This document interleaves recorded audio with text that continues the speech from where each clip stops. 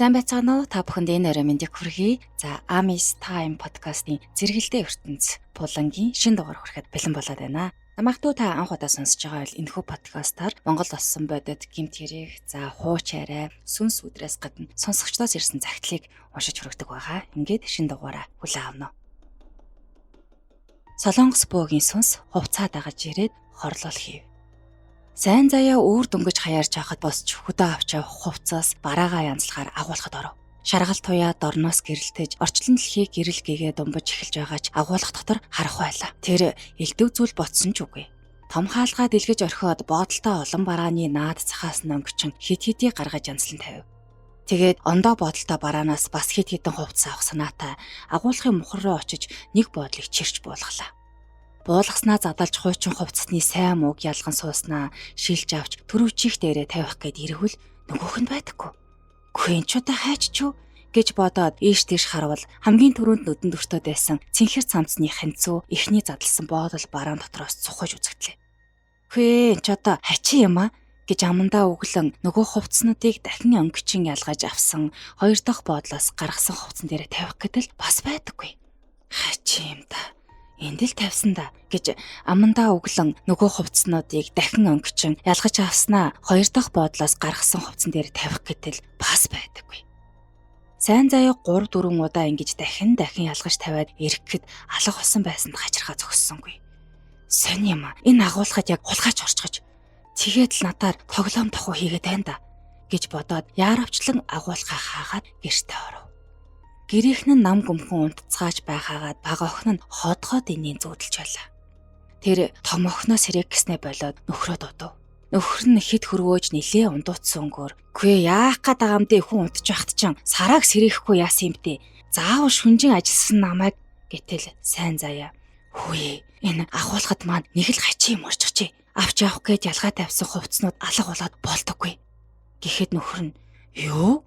Тэр чин хулгайч лиз. Хүчит цагдаа дуудахгүй яасан юм бэ?" гэв. "Нүдэнд үзэгдэхгүй бараагүй юм чин юу гэж цагдаа дуудах вэ дээ?" Гэхэд "Чи ч одоо юугаа яриад байгаа юм бэ? Нүдэнд үзэгдэх бараагүй гинэ.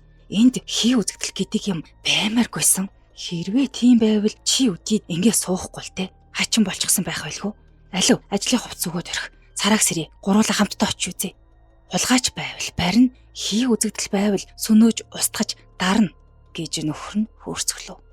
Тэд гурвал агуулгынхаа талд очиж чимээ чагнан гэтэж нилээд цаг хугацаа өнгөрөөлөө.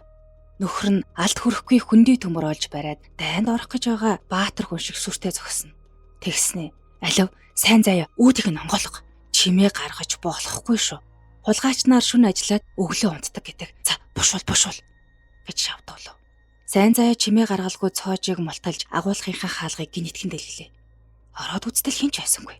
Төөний өглөөхөн дэлгэсэн хуучин хувцснуудаас нэг нь жил үзэгдсэнгүй. Онгойлгоод орхисон бараануудыг нь цөмийг нь буцааж баглаад дотор нь ихвэ тавьчихж. "Гүй хин ингэждэг байна. Би түрүүн бүгдийг нь онгичиж хөглөрүүлээд орхисон юмсан" гэж сайн заяа учиргүй гайхав. "Аливэ чи холдоодох би үзье. Чиний юмыг ихвэж хураагаад байдаг хулгайч гэж байдаггүй аха. Харин чамд дурлсан хин нэгэн энд нуугдаад чиний тарааж онгицсныг ихвэж хураагаад суугаа юм биш биз? Хөөхнүүд та нарч нэг л итгэл даахгүй хачин уусал та" гэж нөхөр нь шал худлаа ундууцав. Тэгтэн сайн заяа. "За яршиг та. 3 хүүхэд төрүүлсэн начиг юм ингэж юугаа хийдэг юм" гэж уурсав. Нөхөр дармаан дөрвөлжилж боосон бараан дээгүүр наас цааш гэтэлж үлгөөтэй олон хувцсан дотор нэг гил нэг далд орж байснаа. "Аллаа аймаа авраач" гэж хашгирлаа. Сайн заяа охинтойгоо хоёул айхаар айж "Авраарай, цагдаа байна уу? Цагдаа" гэж ойрлов.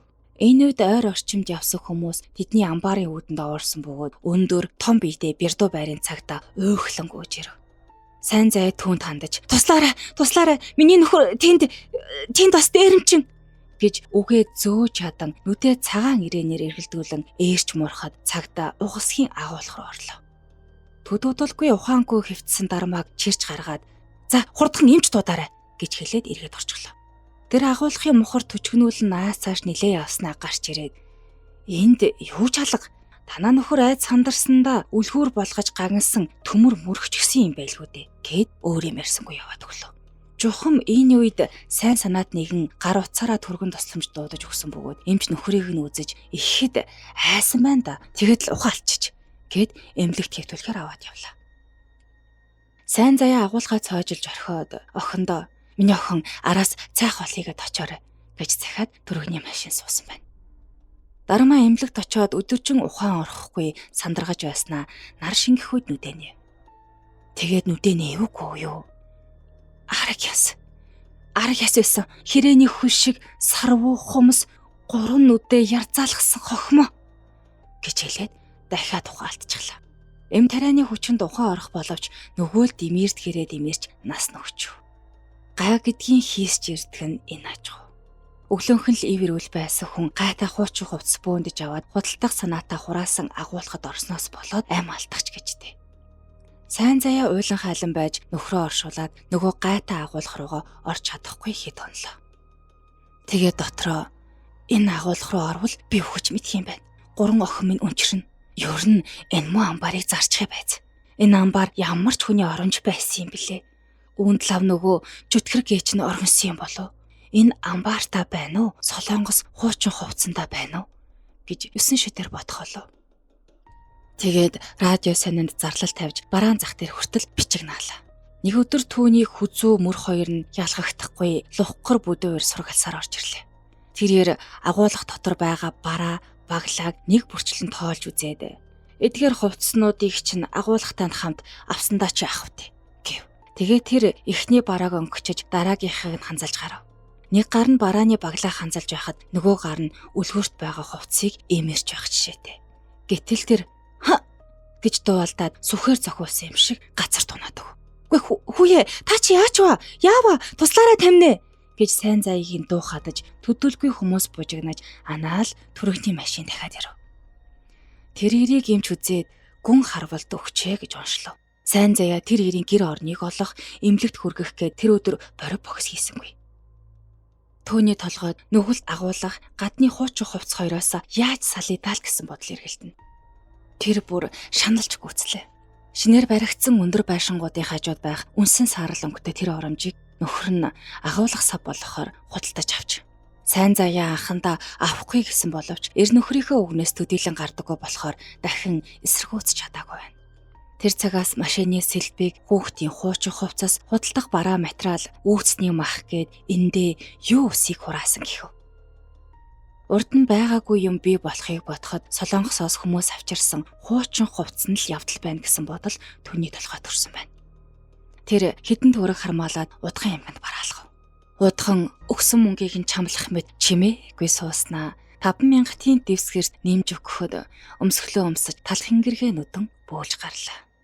Тэгээд ёо миний онгод буухгүй. Таны тэр бараан дотор лав бөөхөний сүнс хорогдсон хэрэг. Бөөдөө надаас илүү бөөхийн сүнс тэнд байна гэв. Өргөл болгосон мөнгө төгрөгөө буцааж авъя гэлтэй биш.